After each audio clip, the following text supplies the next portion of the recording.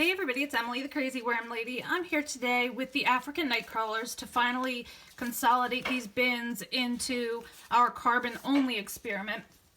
So I wanted to start first by taking the worms that we had already baited out and put into a carbon bin and put them into this larger bin I have here. So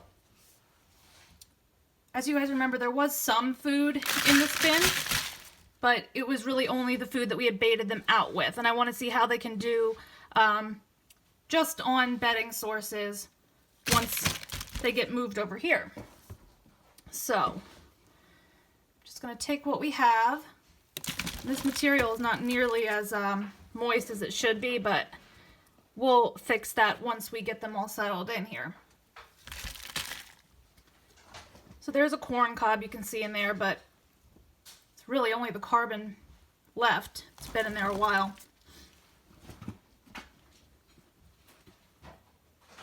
So there's still a good number of worms, as you can see as I'm flopping them in here.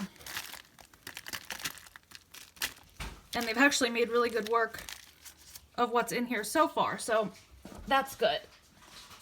Might just dump the rest of this in, and then we can take a look at what we have. All right, let's see. Oh, I just spilt worms on myself.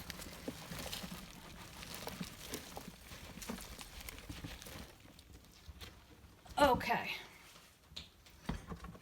So, I'm gonna finish getting all these guys in here, clean my lap up, because I just got worms all over the floor and on my lap, and we'll come back and we'll take another look.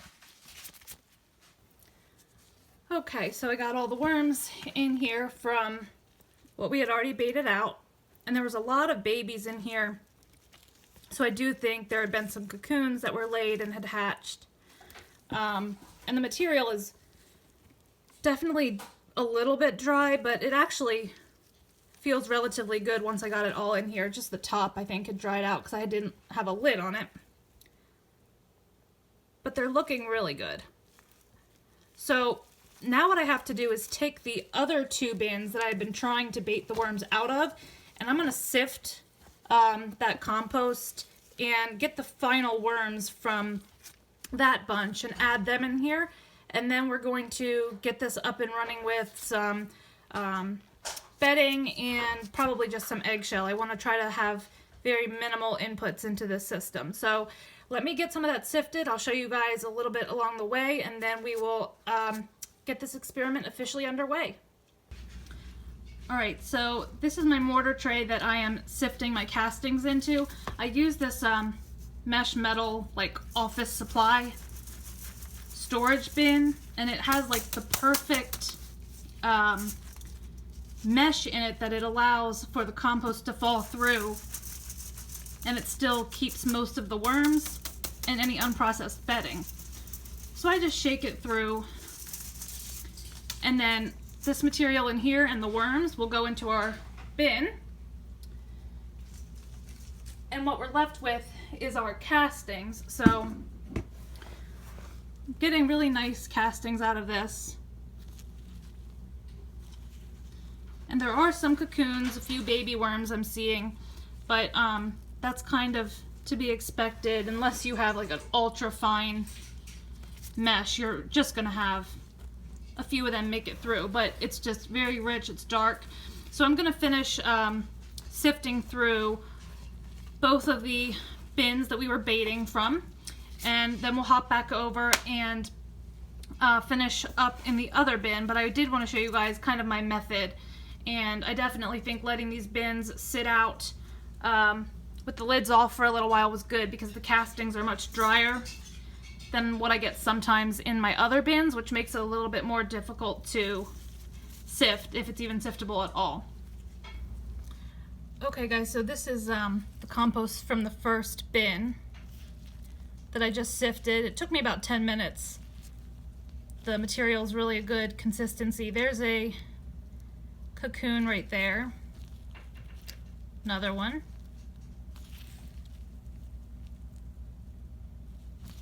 But the material looks really nice, completely processed, very dark and rich black color. There's a more freshly laid cocoon.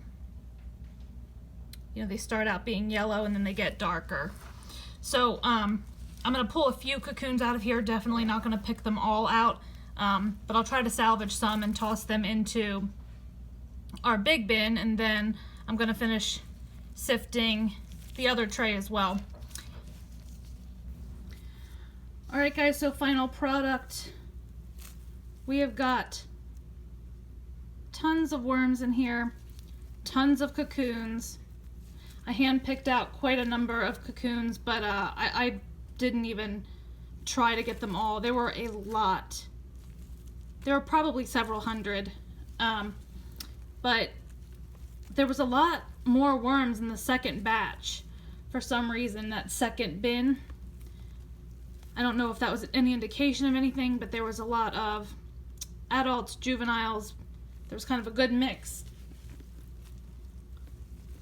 But as you can see, there's a lot of paper material in here, and the moisture is okay, but I definitely think I want to add a bit of moisture today, and I want to leave the lid off of this bin just because, for me, African night crawlers as well as the European night crawlers tend to go exploring a bit, and I think if I put a cover like just directly over the surface but I don't put a lid on it, I think these worms will be more apt to stay put for me. So I'm thinking of cutting up a little piece of weed cloth because it's breathable, but it will also help hold some of the moisture in and block the light out, that the worms will work a little bit better for us. But the only things that I picked out of the compost that did not go in here were a few labels from various fruit and vegetables that I guess I didn't peel off ahead of time. But every handful, tons and tons of worms. So I'm going to get some eggshell, a little bit of bedding, not a lot for today, and my bottle of water, and we're going to get this all ready to go. And today, which is, what is today? January 16th will be the official start of our carbon-only experiment. Alright, so going to give a healthy sprinkling of some crushed eggshell. I'm not going to go crazy with it, but enough to get us started. And I did turn this top to bottom. I did keep all of the woody pieces in from like banana stems, things like that. So let's just add a little bit of carbon today and a lot of water.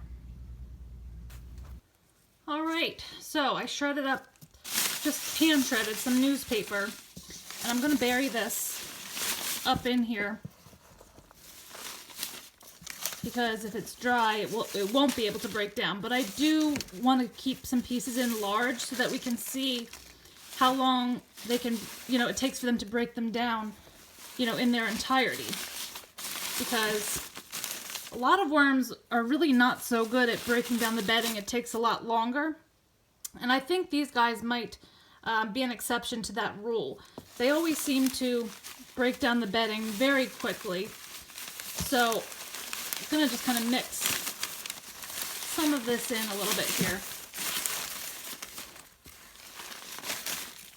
And I'm going to water everything down really well. I have about almost a half a gallon of water here, and I'm going to add all of it. This entire container that I have, because I think it's dry enough, and the fact that we're adding just carbon, which most of these carbon sources are not wet to begin with, so we need to account for that and make sure that there's plenty of moisture to keep everything wet or it won't break down.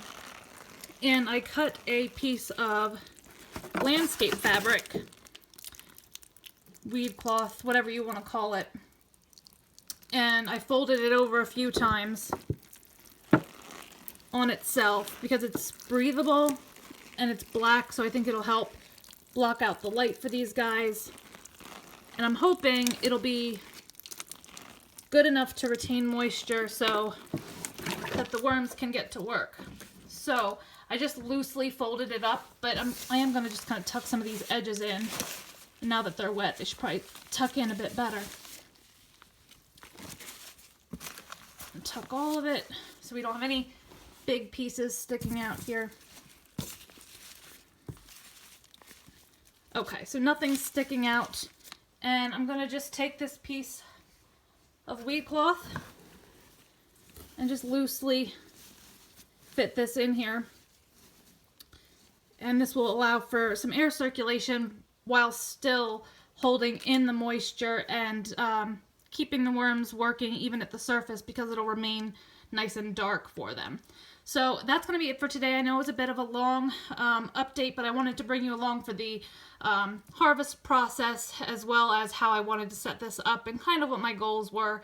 So I'd love to hear what type of carbon sources you'd like me to try in here, just to kind of get a feel for how long it takes the worms to do on each one. So I'm thinking things like egg crates, cardboard, newspaper, even like coconut coir, peat. I'm open to suggestions, and we'll just give this a run for a few months and see how it goes. So I'll also take any predictions, what you guys think is going to happen, and I'll be back with you guys soon for an update. Please tune in tonight, 8 p.m. Eastern time for live Q&A, and I'll talk to you guys real soon. Have a great day.